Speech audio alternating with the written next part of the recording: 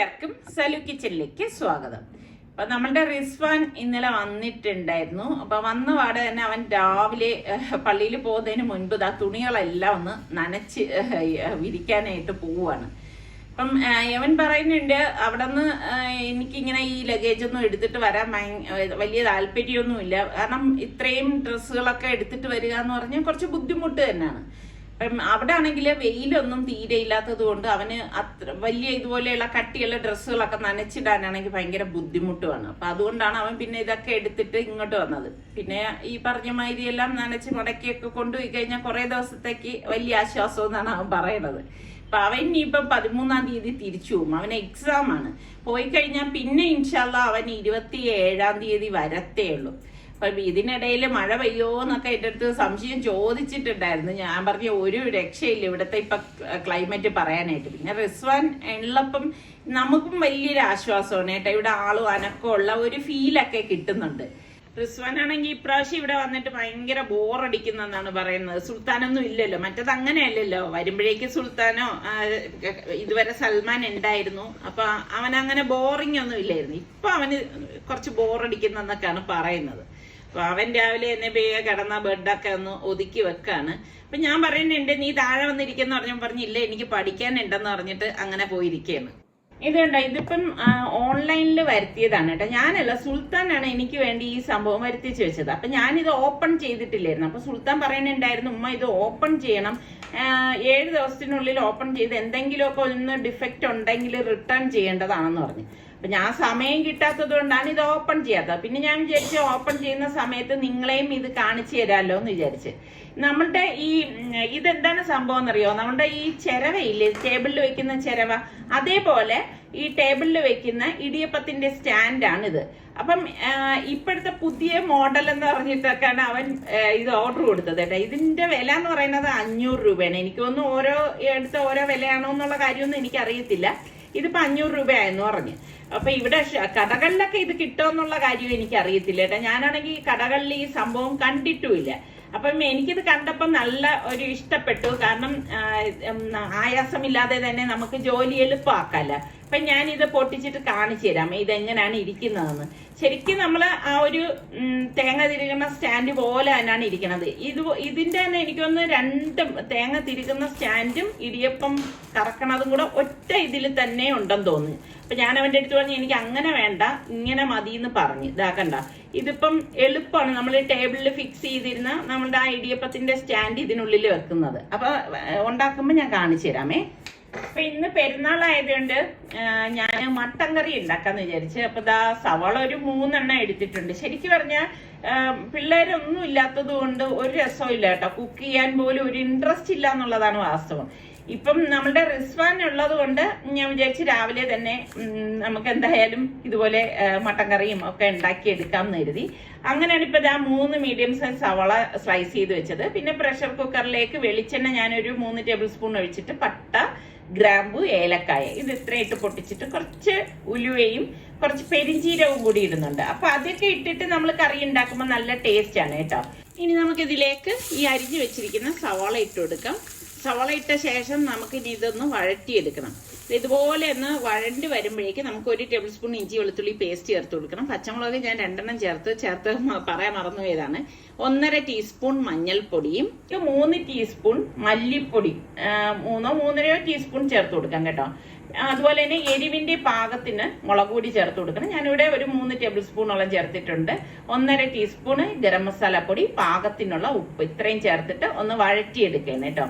അപ്പൊ ഇതുപോലെ ഒന്ന് വഴറ്റിയെടുത്ത ശേഷം ആ ഒരു പൊടികളുടെയൊക്കെ ഒരു പച്ച മണം മാറത്തക്ക രീതിയിലാണ് ഞാനിവിടെ വഴറ്റിയെടുത്തിരിക്കുന്നത്. അതിനുശേഷം നമ്മൾ കഴുകി വൃത്തിയാക്കി വെച്ചിരിക്കുന്ന മട്ടൺ ഇതിലേക്ക് ഇട്ട് കൊടുക്കാണ്. അപ്പൊ മട്ടൺ എന്ന് പറയുമ്പം എനിക്ക് കഴിക്കാൻ ഇഷ്ടം ഇങ്ങനെ എല്ലിന്റെ പീസുകളാണ് കേട്ടോ. എനിക്കിങ്ങനെ മാംസം മാത്രമായിട്ട്, മാംസം അങ്ങനെ എനിക്ക് ഇഷ്ടമില്ല കേട്ടോ. ഇവിടെ നിസാർക്കൊക്കെ ആണെങ്കിൽ മാംസമാണ് ഇഷ്ടം, പിള്ളേർക്കൊക്കെ അങ്ങനെയാണ് ഇഷ്ടം കേട്ടോ. അപ്പൊ ഇതിപ്പം 2 കൂടി ചേർന്നിട്ടുള്ളതാണ്. അപ്പൊ അതൊന്ന് വഴറ്റിയിട്ട് ഞാനിവിടെ അത്യാവശ്യം വലിപ്പത്തിലുള്ള ഒരു തക്കാളി ഇതിലേക്ക് ചേർത്ത് കൊടുക്കാണ്. എന്നിട്ട് എല്ലാം കൂടി ചേർത്തിട്ട് ഒന്ന് ഇളക്കി കൊടുക്കാം. അപ്പൊ ഇവിടെ നിസാർക്കൊക്കെ ഞാൻ പറഞ്ഞില്ലേ വെള്ളം അങ്ങനെ ഒഴിച്ചിട്ട് ഒരുപാട് ഇങ്ങനെ ഗ്രേവി വരുന്നത് വലിയ താല്പര്യമില്ല. അതുകൊണ്ട് തന്നെ ഞാനിപ്പോ പ്രഷർ കുക്കർ മൂടിയിട്ട് വെയിറ്റ് ഇട്ടിട്ട് ഒരു 4 വിസിൽ വരെ ഇതൊന്ന് വേവിച്ചെടുക്കാണ് ചെയ്യണത്.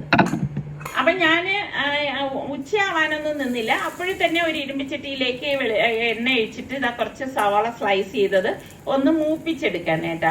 ബിരിയാണിക്ക് വേണ്ടിയിട്ട് നല്ല ഒരു ഗോൾഡൻ ഫ്രൈ ആവുന്നത് വരെ ഒന്ന് ഫ്രൈ ചെയ്തെടുക്കും.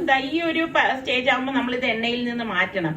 അല്ലെങ്കിൽ എന്തെന്ന് വെച്ചാൽ പെട്ടെന്ന് ഇത് കരിഞ്ഞു പോവും. പിന്നെ നമ്മൾ പ്ലേറ്റിലേക്ക് ഇട്ട ശേഷം ഒന്ന് വിടർത്തി ഇട്ട് കൊടുക്കണം. അല്ലെങ്കിൽ അത് പിന്നെ ശരിയാവത്തില്ല. അതുകൊണ്ടാണ് നമ്മൾ ഇങ്ങനെ ചെയ്യുമ്പം എളുപ്പം ചെയ്യേണ്ടത്. അപ്പൊ ദാ നമ്മളുടെ മട്ടൺ അവിടെ റെഡി ആവുന്നുണ്ട്. അപ്പൊ ഞാൻ രണ്ടാമത്തെ ബാച്ചും സവാള ഇതുപോലെ വഴറ്റി എടുത്തിട്ടുണ്ട്.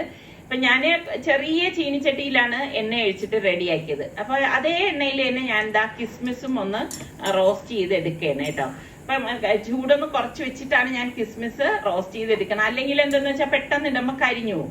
പിന്നെ കുറച്ച് കാഷ്നട്ടും കൂടി ഇതുപോലെ ഒന്ന് ഫ്രൈ ആക്കി എടുക്കണം. അപ്പൊ ഇങ്ങനെയുള്ള ജോലികളൊക്കെ ഞാൻ ആദ്യം ചെയ്തങ്ങ് മാറ്റുവാണ് ചെയ്യണത്. ഞാൻ ഇങ്ങനെയാണ് കേട്ടോ, ഓരോന്നും ഇങ്ങനെ പെട്ടെന്ന് തീർക്കാൻ പറ്റുന്നത് ആദ്യം ഒന്ന് ചെയ്ത് മാറ്റി വെക്കും. അതിനുശേഷമായിരിക്കും ബാക്കിയുള്ള കാര്യങ്ങളൊക്കെ ചെയ്യണത്. അപ്പൊ പിന്നീട് നമ്മൾ ഇതുപോലെ എണ്ണയൊന്നും എടുക്കേണ്ട കാര്യമില്ലല്ലോ. അപ്പൊ ദാ നമ്മളുടെ ബസ്മതി റൈസ് ആണ് ഞാൻ ഇവിടെ എടുത്തിരിക്കുന്നത്. ഇതിപ്പോ ദാ 1 ലിറ്ററിന്റെ കപ്പില്, അതായത് 1 കിലോ റൈസ് ആണ് കേട്ടോ. അത് കഴുകി കുതിരാനായിട്ട് വെച്ചിട്ടുണ്ട്. ഒരു 20 മിനിറ്റ് ഞാൻ ഇതൊന്ന് കുതിർത്തെടുക്കുവേ. അപ്പോ ബിരിയാണിക്കുള്ള ഇനി മസാലേനെ ഉണ്ടാക്കണത് വെളിച്ചെണ്ണ ഒഴിച്ചിട്ട് പട്ട, ഗ്രാമ്പു, ഏലക്കായ, 2 സവാള ഞാൻ ഇവിടെ സ്ലൈസ് ചെയ്ത് എടുത്തിട്ടുണ്ട്. മീഡിയം സൈസ് സവാളയാണ് ഞാനിപ്പം സ്ലൈസ് ചെയ്ത് എടുത്തിരിക്കുന്നത് കേട്ടോ. ഞാൻ ബിരിയാണിക്കാണെങ്കിൽ നമുക്ക് ഞാനും പറഞ്ഞില്ലേ 1 കിലോ അരിക്ക് ഞാൻ ഇപ്പൊ ഇത്ര മാത്രമേ എടുക്കുന്നുള്ളൂ.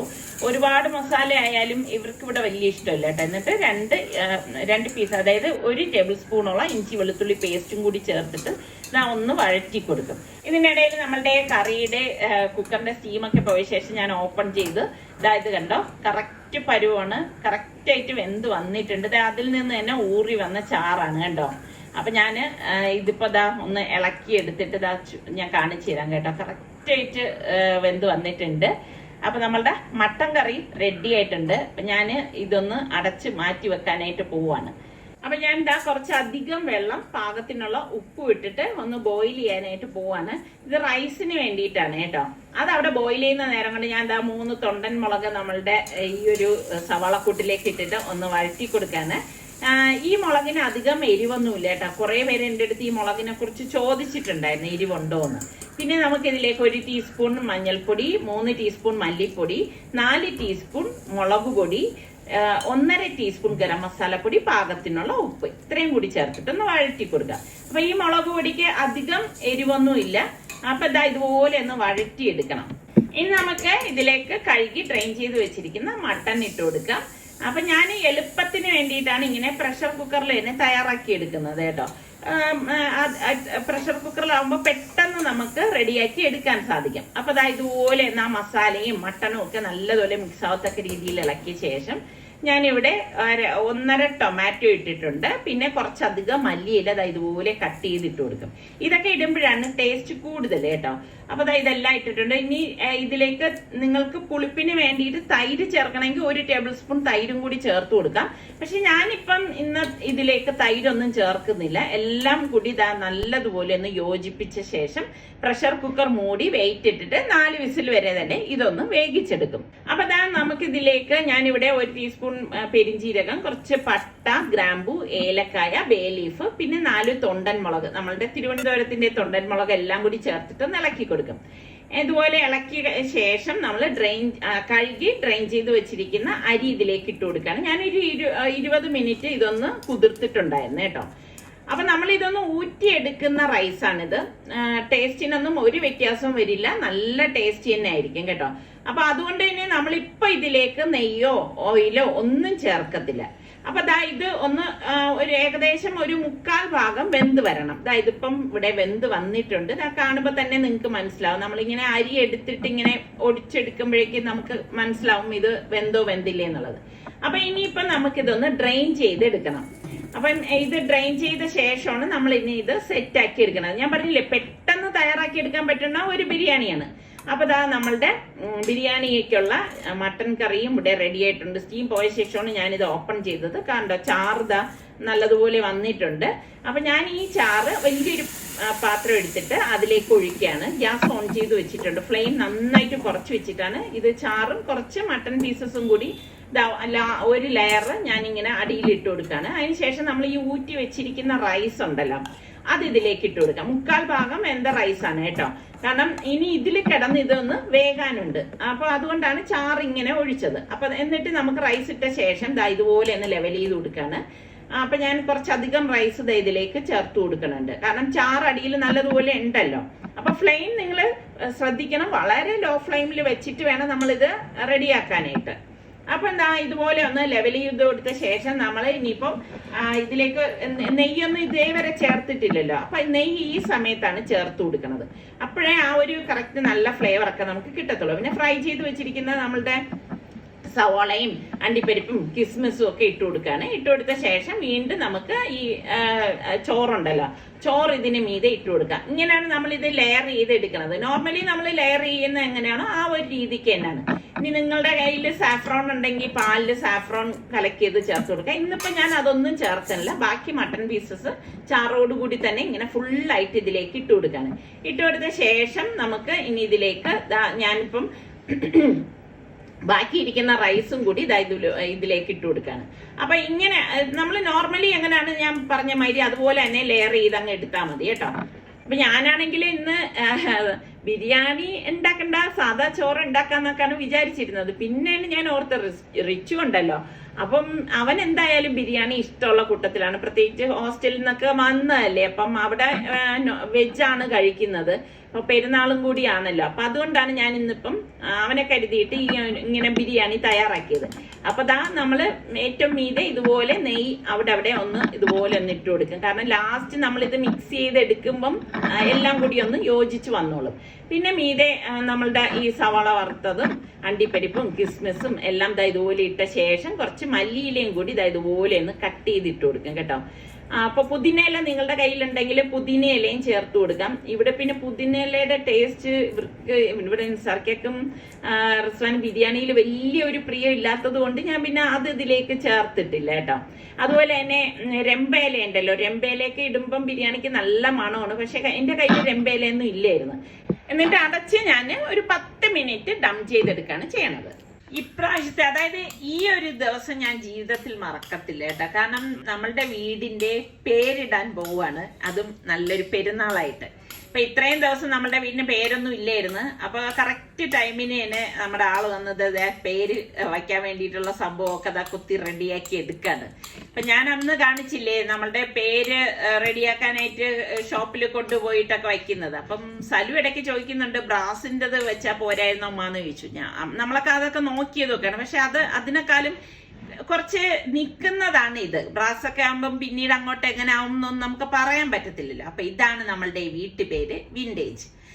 അപ്പം ഞാനിങ്ങനെ ദൂരെ കാഴ്ചകളൊക്കെ നിന്ന് നോക്കുവാണ്.